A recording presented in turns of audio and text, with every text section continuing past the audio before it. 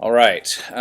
So worst case scenario, one of you will just have to look over the shoulder of your buddy next to you. If we can't get this thing solved by the time we're ready to go. All right. So let's talk about this little piece of it first, which is the super important part of it. Our ease installation is it's a key serve situation. So we have a 10-seat license, which means we can have 10 computers running ease at one time. We can't have 11 running at one time. We can only have 10 running at one time. However, there are potentially, clearly, more than 10 people in our department who need to use it. But we don't necessarily have more than 10 people that all need to use it at the same time.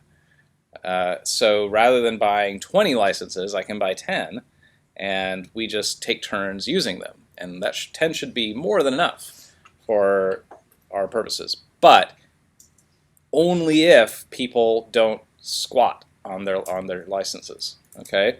So when you download it, you have to re-upload it when you are done. And this is done over the internet. You can do this from anywhere. You don't have to be on campus. You can do it from home. You can do it from anywhere in the world as long as you have an internet connection. So whenever you are done working with ease, and I don't mean done like I'm done with my show. I mean I'm done working with ease for this moment of time. Okay. Then whenever you're done, if you're going to sit down and do some ease, then you're done with it. You're going to go get lunch or do something else, then re-upload your license so it's back up there. And if we do that, then we will be okay. We should all have plenty of seats to go around. So you got to remember to do that. If you don't, then we have this kind of problem. So now let's talk about what we're really trying to accomplish here. We did that exercise in loudspeaker directivity a few weeks back, where you learned how to read polar plots and stuff like that, and we had ground plans and section views of theaters. You remember this? And you were plotting the sound coverage across the seating area based on directivity information from the loudspeaker and loss over distance, trying to figure out how much deviation you would have across the seating area. You remember this? You did this project? Well, you also have to do that per frequency, right? Because each frequency is going to disperse a little bit differently directionally. The math to do that was not very hard. It was very simple math, but you had to do a lot of it over and over and over again. For every seat that you wanted to look at, you had to do that math, and then you had to do it for every frequency for every seat you wanted to look at. And so it gets a lot very quickly. The good news is anytime you get into a situation where you're doing very simple math over and over and over again lots of times, and that's getting cumbersome to you, that is a great thing to ask a computer to do, because computers love doing that kind of stuff. They love doing really simple math over and over and over again, and they never get tired of it. So once we really started figuring this out, there were, and this is now, I'm not sure how old ease is, but I would say it's at least 20 years this has been around, maybe a little bit more. So, sometime in the 90s, people were really starting to chase this idea down. And so we already knew how to draw rooms on a computer. I mean, AutoCAD has been around for longer than that. AutoCAD's been around at least since the early 80s, I think. So that notion of we can draw a room in 3 dimensions on a computer and interrogate that, that technology has been around for a while. The technology to have the information about a loudspeaker has not been around that long. So that was the real thing that these guys that make ease really figured out, is they created a file format that allows you to store directivity data of a loudspeaker. So I wonder if I can show you any of that. I bet you I can. Oh.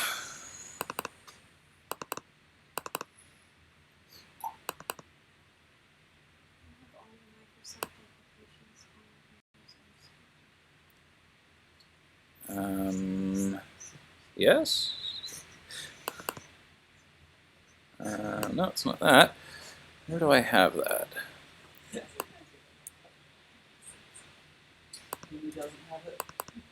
Okay. Oh, here we go. Okay, so, oops, no, not that. All right, I'm gonna make one of these and show you the amount of data that's in here. Nope. Well, yeah, but it's I can't do it like I have to like call the people that make the software.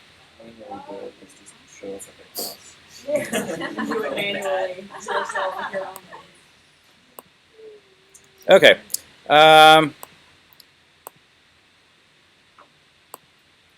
So here's what I'm going to do. I'm going to that. Let's take a look over here now.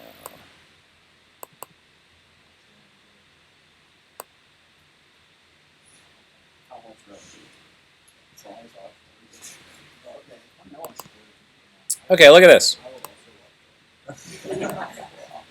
So this is the kind of information that is being stored inside of an ease file.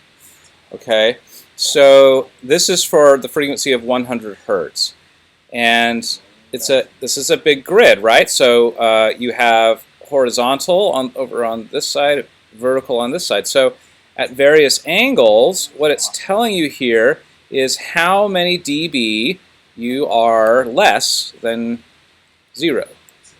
Okay, so you keep going, and as you get further and further off axis, this is 100 hertz, so it's not going to attenuate a whole lot. But if we go up to, you know, something a little bit higher,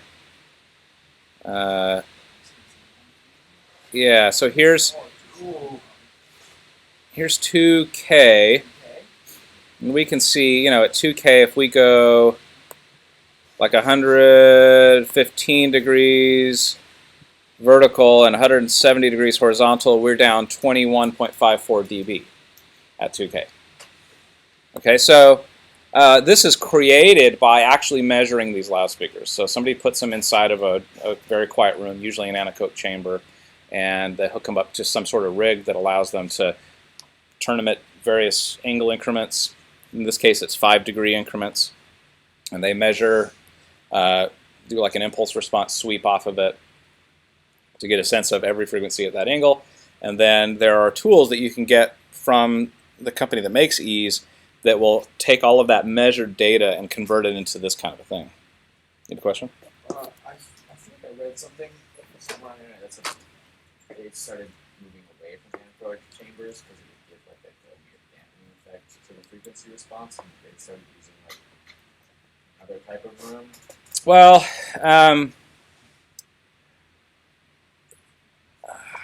I mean, I don't know a whole lot about that. I wouldn't be surprised if that was the case. The thing is that this, if you do it in an anechoic chamber, all it's really telling you is the actual directivity of the loudspeaker, right? But we don't really ever listen to these things in anechoic chambers, right? There's always going to be reflection going on anytime we're hearing any loudspeaker. We're never in a situation where we're hearing a loudspeaker completely devoid of reflected sound. So yeah, I could see the argument that says, well, then, you know, why would we measure it that way? I think the reason they started doing it anechoically is because one of the things that they were trying to tackle with ease is modeling the reflections as well. We're not going to do that because that requires us to input a whole lot more data than is reasonable for us to do with our timeline. But it is possible to do that, and then the computer can model the reflected sound energy as well. Hardly anybody does that anymore, though. because it's just ridiculous the amount of information you have to put into the computer in order for it to model that reflected data. So most people are just plotting direct sound these days. And in that case, I can see now why, given that that's the way most people do it, I could understand the argument that said, well, I'm going to measure it in a room that's a little more reflective. But then it's like, well, how reflective, and how does that, there's a lot of questions there that I'm not sure I would know how to answer yet. But this is the amount of information you're storing. One of the things that you may have noticed is that a lot of loudspeaker manufacturers are making their own tools for modeling their loudspeaker coverage.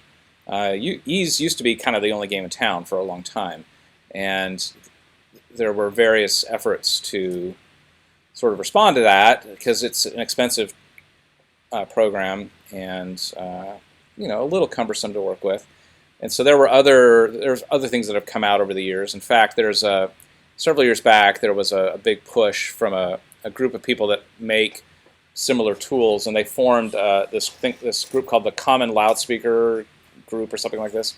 And what they were trying to do is create an open file format for loudspeaker directivity, because Ease is a proprietary format. Their file format they created is proprietary. They don't let other people use it. That doesn't stop other people from sort of hacking it and using it anyway. But every version of Ease they put out, they have to kind of tweak the file format a little bit to try to keep other people from using their file format. So the CLF group created their own format called CLF files, and the challenge there is, getting manufacturers to publish their loudspeaker data in CLF format. And you'll see that every once in a while if you go on manufacturers' websites. Some of them you'll see have published CLF files. I don't know that CLF has really caught on the way that everyone hoped it would. So you don't see it as much anymore. But a lot of that is because the manufacturers are taking it over on their own as well. So for example, Meyer and D&B and Acoustics, each of them have their own modeling tools. Meyer has MAP, D&B has ArrayCalc, and the Acoustics has their tool, I forget what it's called now, that we played with in December. And the reason for that, well, what do you think? Why would the manufacturer make their own tool? Yeah, right. Because if the third-party tool served their needs just fine, they would not spend the time and money making their own. So the reason they're making their own is because then they can control the data format in a way that allows them to highlight the strengths of their particular tools. Okay. So for example, one of the reasons why Meyer does MAP, and Meyer doesn't even publish Ease files available to download on their website. You have to contact them and ask them for Ease files for the Meyer product line, because they really don't want you to use Ease. And the reason for that is Meyer is really interested in phase response. That's something that's super important to them. And phase response is something that is linked to time, as we know. And if you're looking at very, very minute changes in phase response, particularly in the way the loudspeakers overlap, you need a lot more resolution than 5-degree increments, which is what Ease does, is 5-degree increments. You can see that. Here's the file format. I made it. It's 5-degree increments.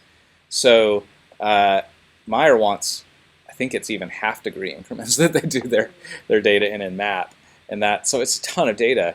And that way they can really show that phase response thing, and they can really accurately predict the way that these things are going to overlap constructively and destructively.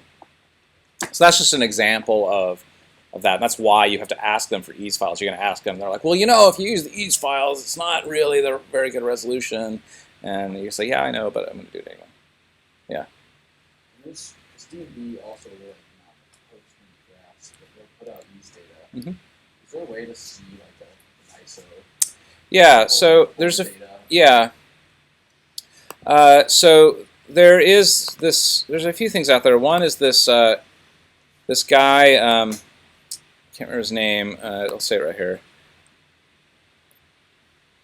A. Glukov, which is somebody from Russia that has made this tool called PolarView.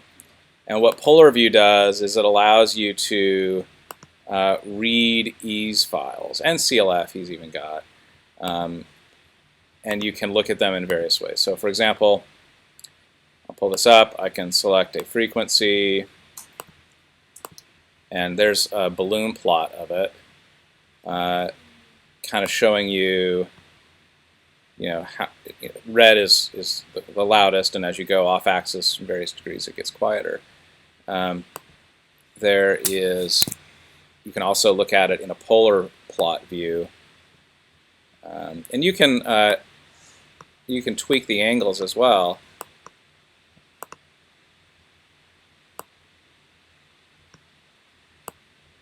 And kind of see how it changes at different degree increments, which is pretty cool. So that's out there. Ease also puts out a tool called Speaker Lab, which is this guy here. And you guys probably installed that as part of your thing. And I don't want to get into that right now, but you can open up. You can do a few things in Speaker Lab. First of all, you can import measurements that you made from real loudspeakers yourself into Speaker Lab, and then you can create different kinds of plots, polar plots, and isobars, and things like that. You can also pull in pre-existing files and interrogate them in the same way that you can with something like PolarView. PolarView is free though, so that's an advantage there. But one of the things that Ease has really been doing a lot lately is encouraging manufacturers to post their data in DLL format, which is I think it's even encrypted. I mean, it's very difficult for third parties to read that data. And so anything you ever see coming out is a DLL or a GLL or something in Ease format, you're not going to be able to look at that in something like PolarView because you just can't read it. And that's something where you'll need Ease or Speaker Lab to really look at that. And they did that primarily as line arrays have got more and more popular, because if that format allows them to capture all of the information about the loudspeaker, including the cabinet geometry and information about angles and things like that that you couldn't store in the traditional Ease format. So trying to open that kind of file in something like PolarView is just not going to work. So there's a little bit of a battle going on there, of because Ease was kind of the first people to the table with this technology, and a lot of people are trying to exploit their work, and they're trying to protect their work. So anyway, that's what it is. Now, Ease has been around for, I'd say, a long time, and can do a lot of stuff. Most of the things it can do, we are not going to do. But let's go ahead and give it a shot here. So how are we doing on our licenses? Still one down. Okay, so somebody needs to volunteer to not download one, and then you can, and you guys can share something. Okay. To work on it together. Yeah, you guys can work on it together. Just so that we can't all do it. Okay, so let's go ahead and download your license. So I got mine. Once you get it, you can pull this up.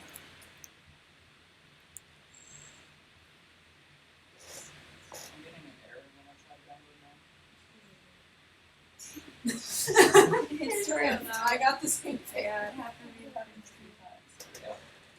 Yeah, I mean, we're all trying to do it all at the same time. There's a handshake there that needs to happen. If you ever get an error that's involved, that said anything like a machine code mismatch or something like that, where it just can't do it, and that happens over and over again, come talk to me before you start hacking around, because you will make it worse if you start reinstalling and goofing around. There's a very simple solution to that problem, but it's only simple if you come to me before you start goofing around. The thing that'll break that usually is if like you let Windows install some update that changes some registry things on your Windows computer, then that will make your computer look different to the ease servers. Or if like you're running parallels and you have your network configuration in a different mode now and it changed your MAC address or something, that will set it off. And you just have to like clear some registry keys so that it will be not confused anymore. Okay, so come to me when you have that kind of problem and I will help you fix it. All right, so hopefully you have all kind of taken yourself through those couple of sections of the PDF file that I gave out to all of you and are somewhat familiar with that. If you have not done that, you might not entirely keep up with what we're about to do. So just heads up. But let's take a look at what's going on. First of all, you open this up and this is what you're presented with. The way that they created ease is it's actually several different applications. So this is not a single window thing. This is a lot of windows that you're going to deal with. In fact, if you go into your drive and look at where it's installed, let's see.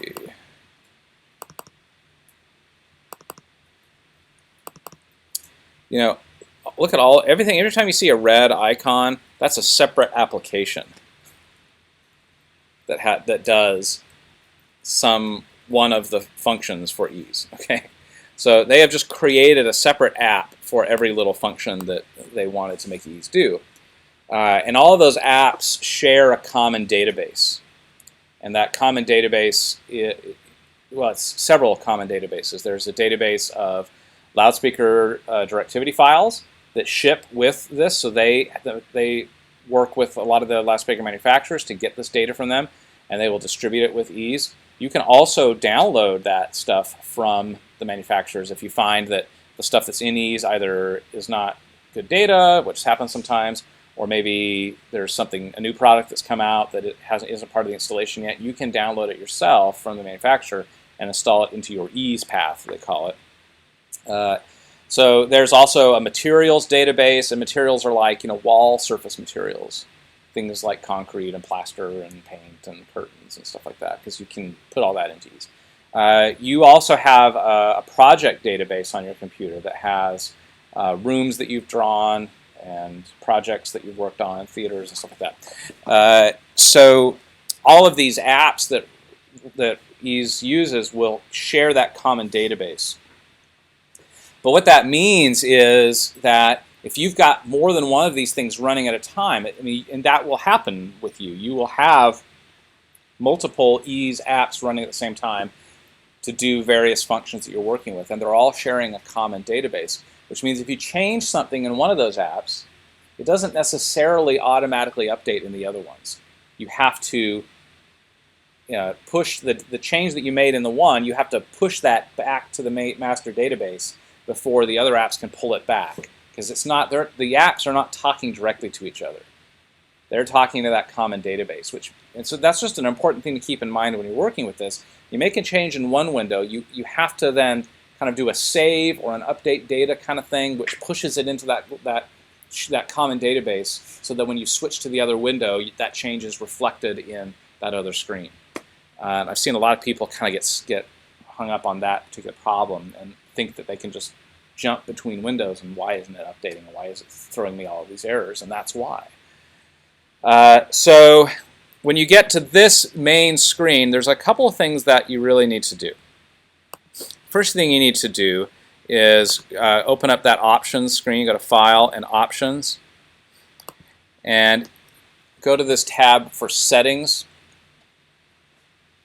and you'll see this thing called Used Unit. You see that?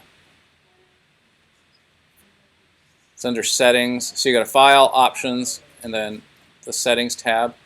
You know how in AutoCAD is effectively unitless. That you were drawing an AutoCAD in this value of 1 or whatever, that's 1 unit, right? And you can abstract that unit to mean anything you want. That 1 unit could be an inch, it could be a foot, it could be a meter, it could be a mile. But when you're actually under the hood in AutoCAD, it's just drawing units, okay? And you can easily say, well, I want to call those things feet now, or I want to call those things meters now, whatever. Ease is no different. So when you're drawing an ease, it's effectively unitless.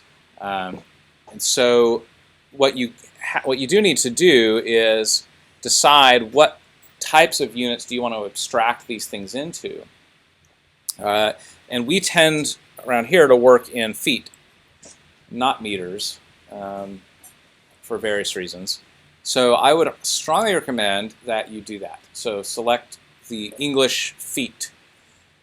And the reason for that is I have done some work for you that you don't have to do when you're working on shows here. Okay, I've already drawn our theaters. Okay, I've drawn Stevens Center, I've drawn DeMille, I've drawn Friedman, even though I'll have to redraw it at the end of this year. And I think, what else have I done? Look and see. DeMille, Friedman, oh, I did patrons too. I did not do Catawba just because the seats move around so much in there that didn't make a whole lot of sense. So I've already done that, but I drew them assuming that my units were feet. And what I've seen a lot of people, the mistake I've seen them make is they'll import my template and they have not changed their units to meter or to feet, and so they open my same file, and that unit information is a user configuration, not a file thing. The units are not stored in my drawing, right? Because the drawing is unitless, okay? And you tell your ease client what you think those units mean. And if you open my files while you have told ease that your units are meters, then suddenly my drawings get a lot bigger. Yeah. So that's not you don't really want to be in that place because then a lot of your information is not going to make a whole lot of sense. So just make sure you do that. If you haven't already, do that soon. Just make sure that you're saying that you're going to work in feet. That way we can share files a little bit more easily. Okay. Yes. EASE is it's an acronym for something. Something in German, I think, but sure, of course. So that makes sense. If you want to use my files, I can show you where they are. So I've got them here on the desktop, but they're on the Walrus server. So if you go to walrus/ease, now these are zip files. Do not unzip the files. They are zipped by ease. I did not zip them to make them easy or to make them smaller so they wouldn't. I didn't zip them for you. Well, I didn't zip them because I'm worried about file space on the server. I zipped them because there's a lot of separate files in there, and this is the way the ease pushes around a project. If you've got a project you've made, you want to send to somebody and pull it up on another computer, it creates that zip archive. And then you can pass that around, and then there's a way to pull that zip archive directly into ease, and it will install all the different files in all the different places for you. But only if you don't unzip it first. So you have read-only access to that folder, but you can copy those files to your computer. And then you can go into this File menu, and you go to Import, and it's going to load this extra app, the Import-Export app, because that's how ease works. Everything's a separate app. And then you can go in and say, Install Packed Project. See that? I don't know, maybe. So do install packed project, and really you could do this from my folder, right? Because my folder on Walrus is read-only, so you could just navigate to that, and it's going to see that you only have read-only access, so then it'll prompt you to install it somewhere else. That way you don't even have to copy it. But anyway, you go over there, and it's going to ask you, hey, where's the file? And you go to walrus/ease. And there are those zip files. So you can pick one of them, for example, the Stevens Center, and it's going to say, hey, where do you want to put this? And I want to put it in a different path. So instead, I'm going to put it in my C drive, and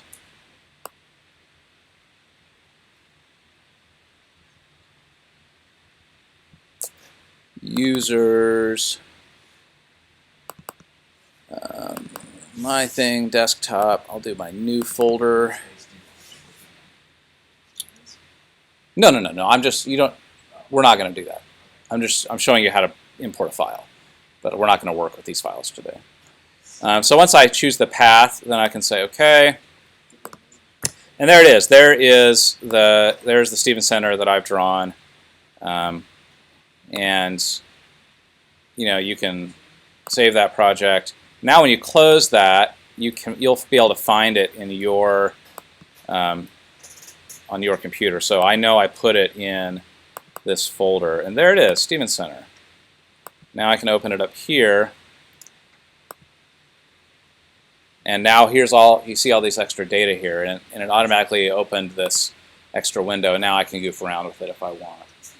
That's the way to do it, okay? So if you're going to use my templates, that's how you do it. Import the zip file directly, install it to some path on your computer, and then it will unpack it. Because there are other things that have to go other places, and it will sort that out for you. For example, if I've got a loudspeaker file in there that you don't have on your computer, it will put it on your computer so that you have it. It'll do some of that stuff for you, okay? So now you could work with this and do whatever you want to do. Yeah? Questions about that? All right. Let me show you something else now. And this will hopefully, because I want to get into how to draw rooms. That's today's goal. There's a concept you have to understand about drawing rooms in ease. Ease draws in polygons. And what that means is that everything has to be a flat surface in ease. You cannot draw a curved surface in ease. You can only draw flat surfaces. And you look at something like DeMille, for example, which I have here, which is definitely, that audience area is curved, okay? So how do you draw that? Well, look at what I did. I drew flat surfaces. I drew a grid of flat surfaces. What I ultimately did is I just, from the plaster line, center line, I just sprayed out some construction lines at 10-degree increments or something, 5-degree increments, and then intersected that with the rows of the theater, and that created a grid. And I just plopped points in at every intersection of my construction line and the seating rows. And that created a grid where I could draw squares. So each of these individual squares is a flat surface. But that combination of flat surfaces gives the effect of a curved surface. Does that make sense? This is a very critically important concept to understand that will ruin your life for the final project if you do not understand this concept. Because both of the theater spaces I'm going to give you guys to work with are going to involve some amount of not flat surfaces that you are going to have to draw. So if you don't understand this concept, speak up. Yes? Is it easier than, I'm assuming it's easier to just do what you've done and create a grid that creates a curve, but That's, there's also a 3D object tool in there that allows you to create curved something about objects. that in the manual. yeah, so there are some advanced drawing tools, but all those do is create flat surfaces, Oh, okay. right? So you put it, you can have it draw a sphere, for example, and it will create a sphere made of flat surfaces. Okay, but the problem is that most rooms that you're going to find in real life do not match spheres or you know, cylinders, or like there are these bizarre curves that, you know, an architect thought was pretty. But so I have found that those sort of automated tools are usually not very helpful unless you're willing to make some compromises on the room geometry. And I would rather not make those compromises on the room geometry. It is just like a 3D grid, right? Yeah. That's it. That's it. You just, Yes, but they are. Every line is a straight line. Yeah. Okay. No, but it can be a straight line at an angle because you've changed. Yeah, because you have a z-axis. Yeah. Right. So that's just something to keep in mind when you draw your rooms. You got to figure out how to draw it using flat surfaces. And if you try to draw it with a not flat surface, you know, if you draw a bunch of points together and you try to stitch those together in a surface, and stitching them together would require it to make it curve in order to connect those dots, then it's not going to work. It's going to throw you an error and not let you draw it. So just heads up on that. That's going to be a thing. That'll be a problem in your life that you will have to deal with very soon. Okay. So just watch out for that. If you have that problem, then we'll deal with it. Okay. So now that we understand that, let's go ahead and just start drawing something. So I'm going to make a new project. Go to File, New Project. And it's going to, by default, use a very specific path for your projects. You see this path? C, Users, Public, Documents, Ease for Data Projects. We could find that. We go in here, go to the C drive. We go to Users, Public, Public Documents, Ease Data. Here's all of your little projects. Here's a project. Here's some of the ones that I've done, including templates that they include. Why do you think it's trying to put that in that particular folder? Yes, all in the same place. Yes, all in the same place is yes, part of the concept. The other part is that that particular folder is accessible by any user account on the computer. So a lot of people who use this product are in, you know, like AV or architectural firms, and they have computers that, you know, have network logins, and then there might be more than one person that would log into these computers or something, and maybe they all need the same. They're going to collaborate in the same project here and there. So if they put it there, then no matter which user account you're logged into, you can get to that file. If you put it on like the individual user account desktop, for example, and then a different user logs into that computer, they're not going to be able to see that file. So that's why they're doing it that way. You do not have to do it that way. If you would like to put it somewhere else, you can put it somewhere else. But if you just take the default, which is totally okay to do, just know that that's where you have to go to get the files. Okay, you're trying to find them, that's where they are. Now, because Ease has so many different files that it scatters all over the place, it's best to just use that import-export tool, because what that will do is it will go and get all those files and pack them together into that little zip file and make sure everything's in there for you.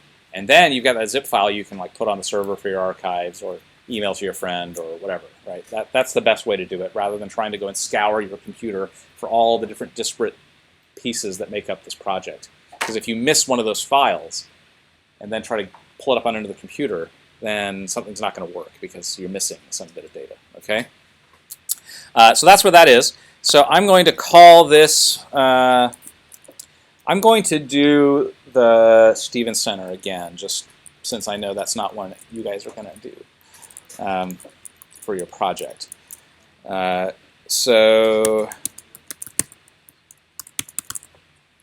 what I want you to do this weekend is draw your room, okay?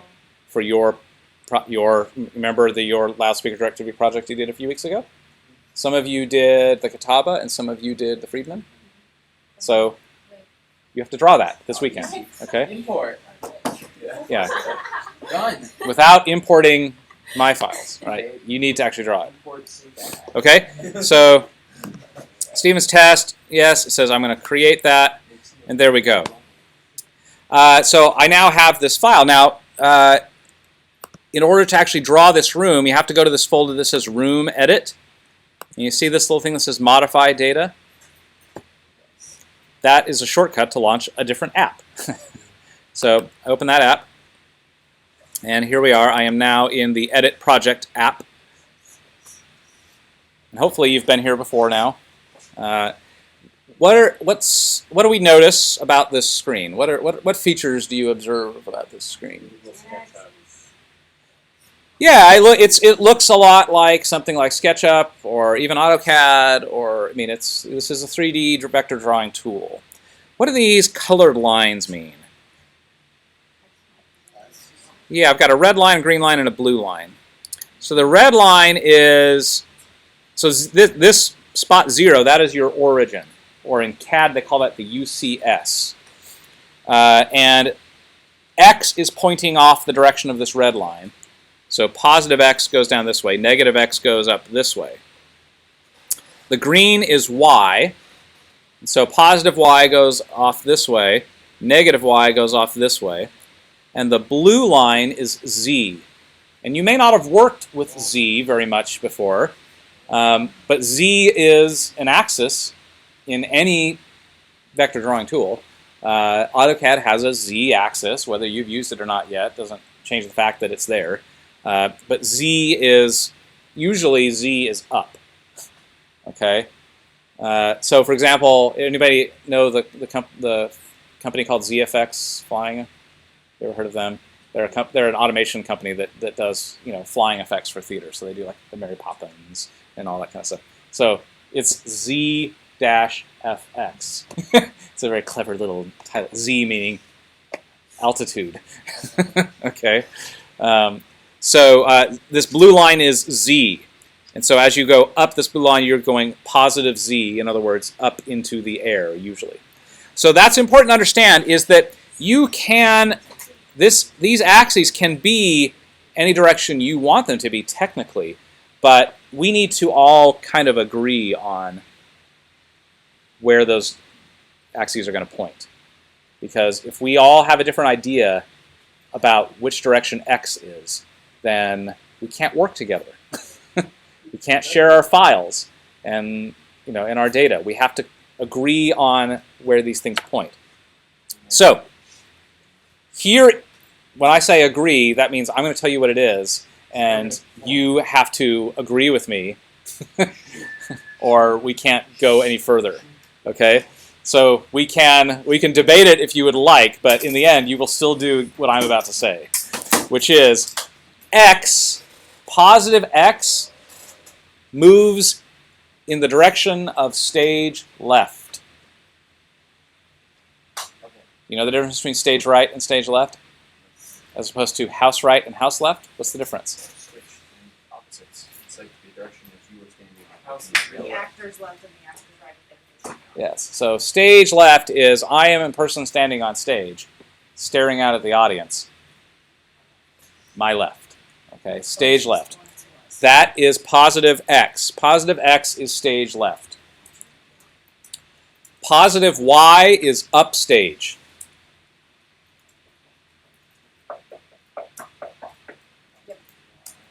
Okay?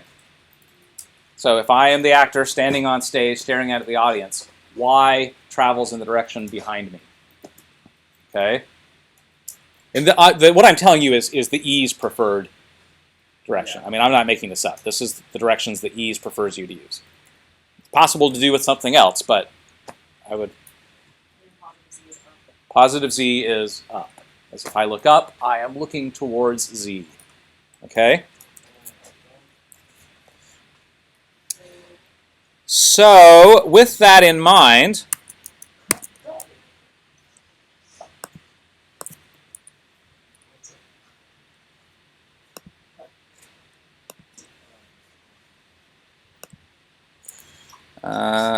let's see.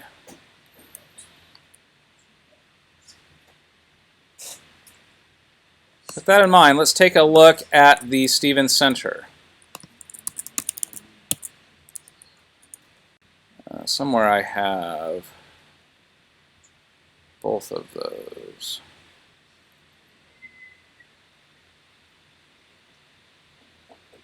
Are we regularly allowed to draft an auto mirror? Yeah. Is that like a common Mm-hmm. Yeah, that's fine.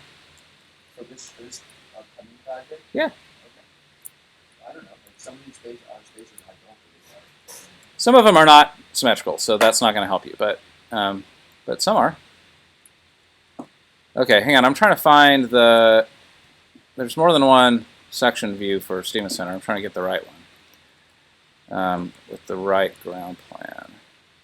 Okay, here's a ground plan that will work. So let's see. So when whomever did the drawings of Stevens Center they did not draw the balcony correctly. And so I had to go and draw the balcony correctly. So I just need to make sure that I have mine. Okay, so here is my Stevens Center section view in AutoCAD. And here is my Stevens Center plan view in AutoCAD. All right, so depending on where you got this file, you're going to have to goof around with it a little bit. So for example, here's my section view. And where should my UCS be?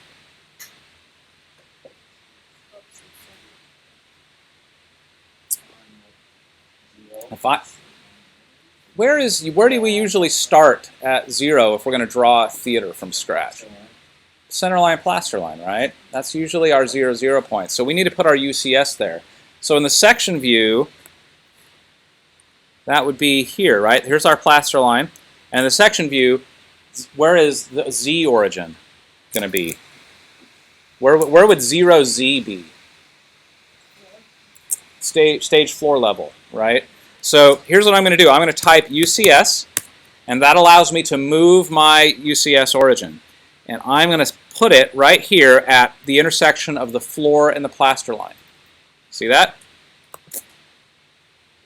And now it's going to ask me, where is X? Well, where is X? Which direction does X go? Which I do not have a stage left on this drawing. Okay, so so I'm going to have X pretend to be Z for purposes of because this is a 2D drawing, right? And so I can't actually represent all three axes here. So just for purposes, since I'm working with 2D drawing, I'm going to say X is going to stand in for Z. So X will point up. Okay, so that's X, and then it's going to say, okay, where's Y? Well, we know Y is upstage, right? So I'll point Y in the direction of upstage. I'll keep it pointed on the floor level. And there we go. See that? Now, if I put this here and look at my origin down here in the right, I have 0, 0, 0. There, see that? That's how you know you've done it right. Okay. Now, if I move upstage, I should see, like if I go and pick this spot upstage, I should still be at 0 on the X, but I will be some positive number on Y. And it looks like I am, 35 feet, 33 inches. If I go the other direction, I should have a negative number on Y. See, negative 8 foot 3 inches, see that? That's how I know I've done it. And then again, I'm pretending that X is actually Z. So when I go up on X, I see X goes to 30 feet, and that's right. No, I have 3, I mean, yes, but no. So I have, I'm going to be looking at this room in 3 separate files. Ease, the ground plan, and the section view. And they need to all have a common origin. And those common origins need to all be pointing the same direction. Or I cannot possibly compare this data. Not impossible. Yes, exactly. It's not about making it easy. It's about making it possible. Okay. So now that I am in the plan view, where does my UCS need to go? Well, here's centerline, plaster line, right? So that's my 0. Which direction is X? Stage left, right? So I'm going to point stage left. And then which direction is Y? Y is upstage. So we're going to put that there. There you go.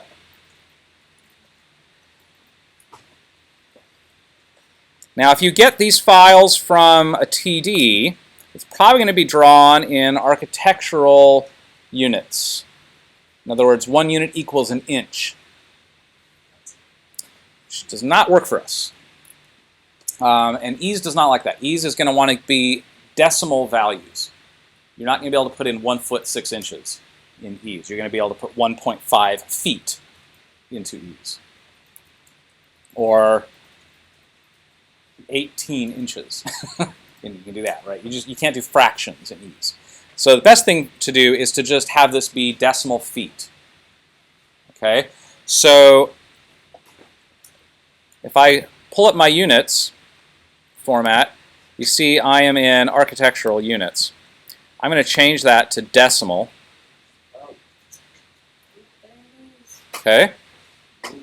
Pay attention if you've never done this before, because this is tricky and this will screw you up if you do it wrong. So I'm going to pull up my unit format. I'm going to say decimal. So now my drawing is in decimal inches. Because look, if I go upstage, my Y is 423. Well, that is not 423 feet. It's probably 423 inches. How do I make this into feet? How do I make this into feet so I don't have to do this math every single time I measure something? Excel spreadsheets.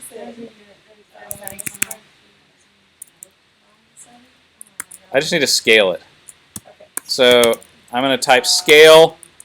It's going to say select objects. I'm going to say all. Enter. Specify base point. 0, 0. And it's going to say, what is the scale factor? 1/12. Right? 1 divided by 12. And my room just got a lot smaller because now 1 unit equals a foot instead of 1 unit equals an inch. So now I can zoom extents. Yep. And now I am in decimal feet. So if I go upstage, I'm now at 35.25 feet, and that sounds reasonable, right? And my plan view looks like it's already been scaled. Let's just verify that. So 20.99 feet on the X. If I go that same spot on Y, 34.68, that's because probably the bump out part of it. If I go here, there's my 35, yep. See that? Okay, so I'm just making sure it's all lined up. Everything's lined up now. Now I can do this, okay? So,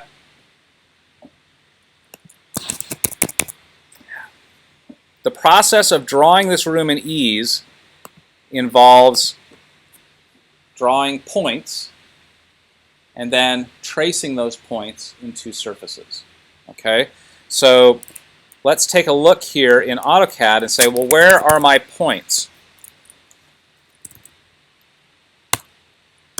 Well, if I'm going to just draw the orchestra seating section, the lowest Z point is there. Right? Yeah, here, let me change my points. My point scale is 12 units. Make it 1 unit. All right, so that is the farthest down the audience, because that's the section is going to get me Z. Right? That's what I need the section for. I can get X, Y from everywhere else. So so there's Z, and it is minus 3.25. Why is it a negative Z? Yeah, because my front row of seats in the orchestra is actually below stage level. Okay, so that's. All right, so now if I go to a plan view, here's the frustrating thing about Stevens Center plan.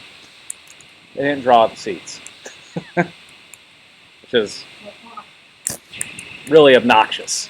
Why couldn't even read that.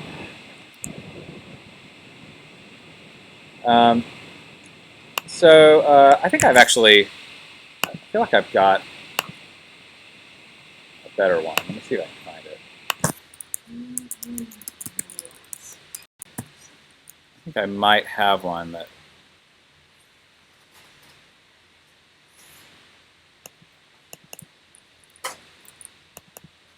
Maybe I shouldn't have picked Stephen Center.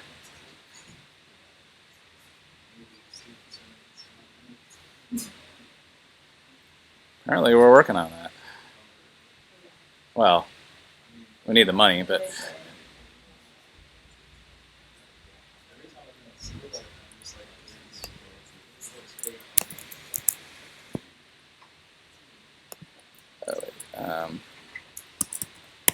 Let's see if I have it here. Oh, there's that one.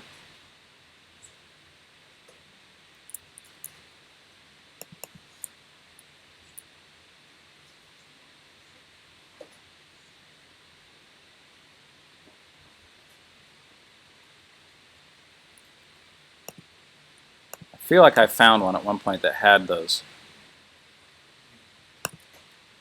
C's. Now I'm not sure where it is.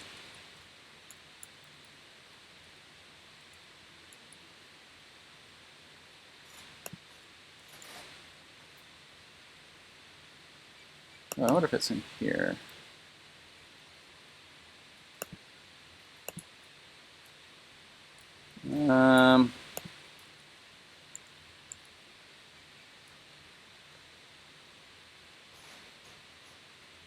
No, it's not there. Oh, I bet you I know where I have it. Hold for sound. Let's see.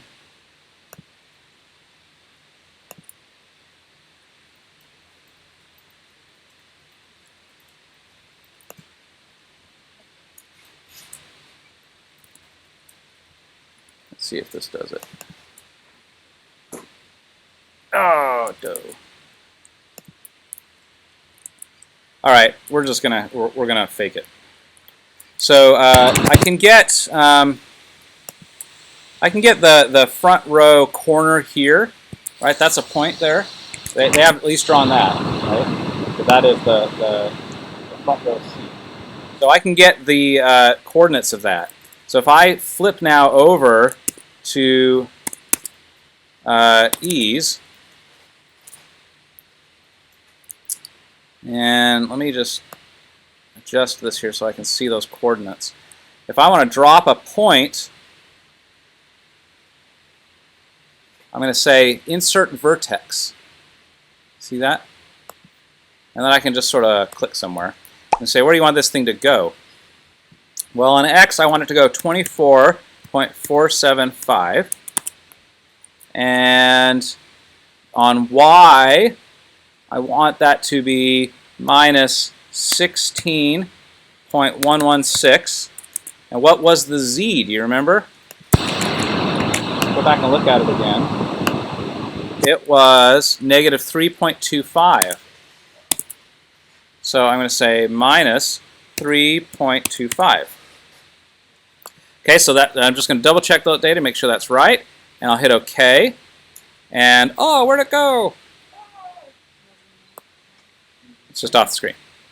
Now, here's an important thing to notice is that ease is going to default into a mirrored mode for the room. It's going to assume by the beginning that your theaters are symmetrical, which is helpful. Okay, which means I drew one point on this side of y, and it automatically drew me another one on the other side of y. Okay, that'll really help you. It'll save you a lot of time if you do that. Okay. So I'm going to pretend, just for purposes of demonstrating this, that the Stevens Center is just one flat seating section out of that orchestra area. Okay. And so I do know that, for example, if I go back to ground plan, So I know that it widens out, right? So if I just get a little construction line here,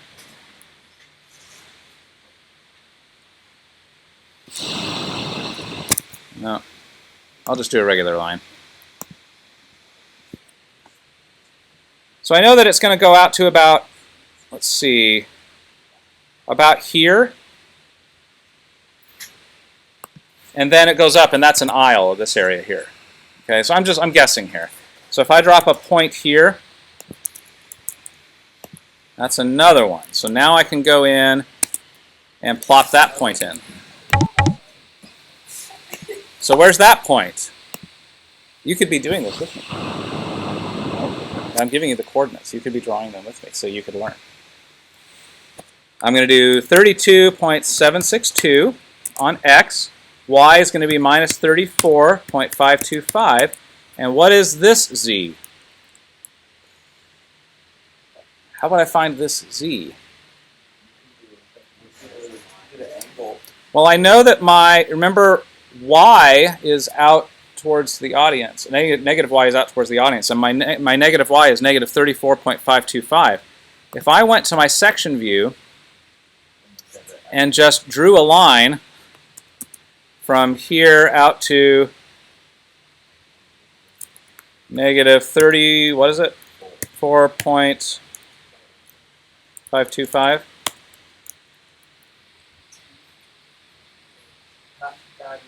Oops. Hang on, because I did it. I should have just done it positive actually, because I had already pointed that direction. 35.525. Okay, there it is. So where is the Z at that when I get that far out to the house? Well, no. I mean, I don't have to guess. I've got the file right here. If I'm this far out, where's the floor? The floor is right there. Okay, the floor for that row is right there. So it is, yeah, my Z is minus 1. Okay. So you understand how I got that? So Z is negative 1.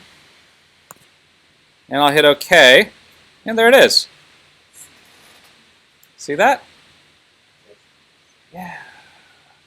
Okay, so now what I'm going to do is I need to now create the, well, let's just assume that we're done for that part, okay?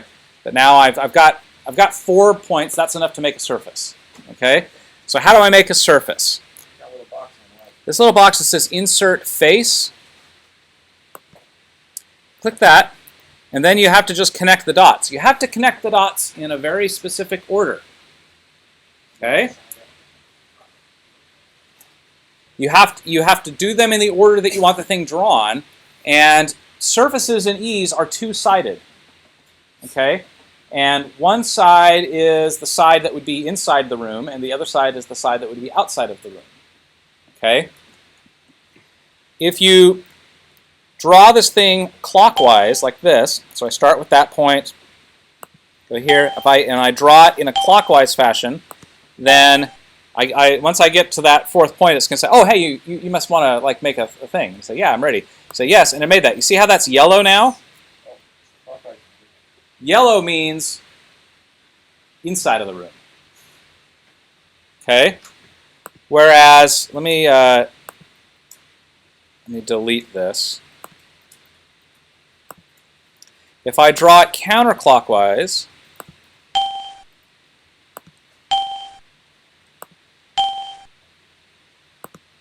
it says create face, and it's white. You see how it's white? White means outside of room. So if you see it white, and that's a place that you're thinking you're going to want to put sound, you've got it upside down. Okay, so just get in the habit of, in most cases, we're only ever really going to draw audience areas. You can draw the whole room, the walls and steps and everything. We will hardly ever do that for our purposes. It just takes too much time, and the data is not helpful. So if you just draw it clockwise and make sure it's yellow, then you're good to go. Now what you can do is, here's where you could say what material it is if you wanted. Like, is this concrete? Is it concrete? You don't need to do any of that. because we're not going to ever be plotting absorption or reflections. We're just going to plot direct sound for everything we do, because it's so much easier to just worry about the direct sound and not worry about the reflections. Because the second you have to start worrying about reflections, then you have to draw every single surface in the room and create a completely sealed box. And every surface in that box has to have a material attached to it. And then, yeah, it'll predict all the reflections for you, which is pretty cool, but that's a lot of work to get you information that is not super helpful for purposes of just putting a show in that's going to be in for a couple of weeks. Okay? Yeah, basically, yeah. This is assuming anechoic chamber, basically. Okay. So once that's there, I can rename this surface if I want. It's going to default something like F1 or whatever, and I click OK, and there it is. Now I would then just kind of repeat that process of finding points in CAD and dropping them in and creating surfaces, and eventually I would have an entire theater. So now we get to the once you've edited it here, you have to go in here and say Save Project Data, and that's when it dumps it into that common database now that the other apps can use. So now when I close that, it's over here, and now it's. If you change something in the other apps, is it also a Save Project Data thing? Yeah. And that thing bounces because you have to save again here. Yeah, it's bouncing it, just saying, hey, this thing realized that there are updates. You may want to save the project. Okay. So let me show you now. This is my cooking show moment. So now I go back to, I opened up my finished Stevens Center file, go to Room Edit, and I say Modify Data. And there it is. Pay no attention to the speakers there. We'll talk about that on Monday. But you can see I did go ahead and I was able to gaze at the tea leaves and figure out like where the aisles were based on some photos and stuff like that, and I was able to draw all of the seating areas. No walls. Do not draw the walls. We're not looking. What about, so it only tells you if there's a hole in your system if there are walls? No, if you are trying to plot anything that requires calculations of reflections, then it's going to tell you that there are holes in the room. Oh, okay. Okay. But you don't have to worry about As long as you never try to plot anything like that, then you don't have to worry about it. I didn't know that. As long as you only ever plot direct sound pressure level, Okay. then you don't care. It's fine. And that's a new feature in Ease version 4. Earlier versions of Ease required you to draw the entire room perfectly sealed, and that's just so annoying. It was really frustrating because I had to put all of this information in that was meaningless to me just so I could get the information that was meaningful to me.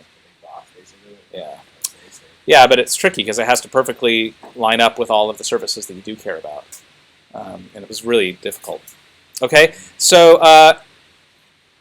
that is what I would like you to do this weekend, is draw your room, and all you need to draw the seating areas for your room. Okay. I don't even really care about the stage for purposes of this project. Just draw the seats. I drew the stage just because I could. But one thing to notice, and we'll get into this on Monday, but this will help you, is that try not to draw audience surfaces that consist of more than 4 points. Because if they are more than 4 points, they cannot automatically be converted to a listener plane. So If- with that right there, is that made up of two different Yeah. pieces? Is that You see what I did there? Because really the Stevens Center scoops a little bit, Yeah. and then and it gets wider on the horizontal. And so if I just made that one surface, that surface would require 5 points to do it. But it is two right now. I drew it as two separate surfaces made of 4 points, because then I can automatically convert that surface to an audience surface. Audience listener planes can only consist of 4 points. Yeah. They cannot be 5 points. They have to be only 4 points. So I think they can be 3 points. I've never tried that, but they definitely can't be. No, so that's a 4-point surface there, and that's a 4-point surface there, right? So now this is like a problem that a couple people have had using this template is I did not create the stage as a listener plane. And trying to convert this to a listener plane is not going to work because it's got so many points. So those of you that went through the tutorial went through that process of drawing a face or that was a coat. They called it, this is a coat of this other surface. That is the way we'd have to do this, is I would have to draw a new surface on top of this that was made up of 4-point surfaces that I could then create as listener planes. That's not what you did for the red right there? Like, No. You just made another... All I did is, because I drew the surface as combinations of 4-point surfaces, then I could automatically just say, place a listener plane above this surface automatically. okay. Okay?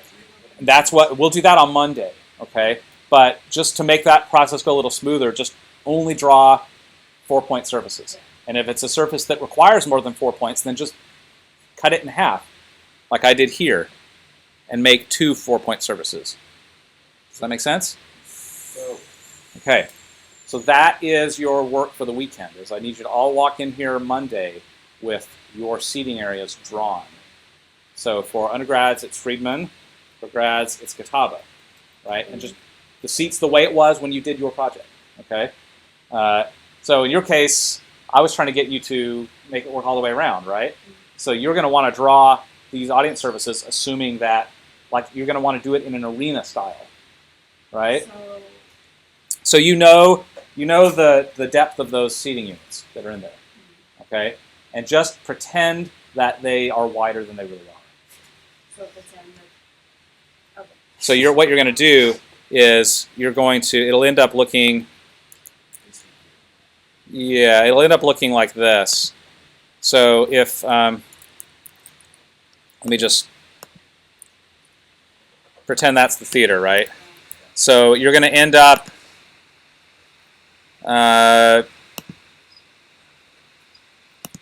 these are just construction lines for me. So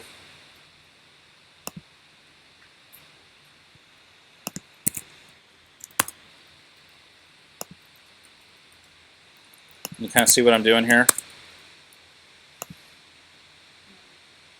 Let me demonstrate. So I'm doing this in plan view right now. So I'm just saying that is the front of the seating unit, that is the back of the seating unit, and if I want to make them go all the way around, then here are my points.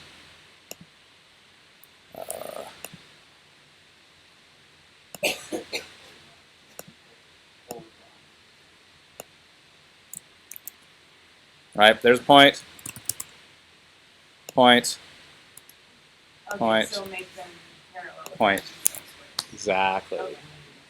Right, and then this is a point, and that's a point. Obviously, you'd have the Z's involved there, but that way you can draw a true arena seating area and be able to see, because you can. So assuming that if an actor gets in there, they can't. Yeah, forget about entrances and exits. This is just, I'm trying to design a center cluster. Yeah. Yes, I'm trying to design a center cluster that can spray evenly across that entire circle, no matter where we position these seating units. Okay? Does that make sense? Yes. Okay. So for the seating areas, I didn't get all the way through that part of the tutorial. You want like the actual like levels? Or Yes. Yeah, you need Z. So if you get the section version of this, then this will be 0 on Z because it's touching the stage. But back here will be whatever the height is of that back row of those units. So that you're ultimately making, a rake that goes around the theater. But you basically only want it like in that parallelogram shape, not like divided by... No, yeah, because for purposes of directivity, you just want to be able to spray it everywhere. So just create it like this, and then you don't have to worry about, well, how big are they actually? It doesn't matter. Because you're imagining a scenario where you could theoretically line every wall with those seating units with no gaps, even though that's not really possible in real life. But in real life, it is possible to move those anywhere. Okay, so you just have to sort of imagine that they could be anywhere, and then you can plot your directivity and see how it works. Could you Okay. email us? Like put what I just said into 2 sentences in an email? Sure. Okay, You, sure. upload the video. Yes, I will. Is this not recorded? I did. I just recorded it. Where would you set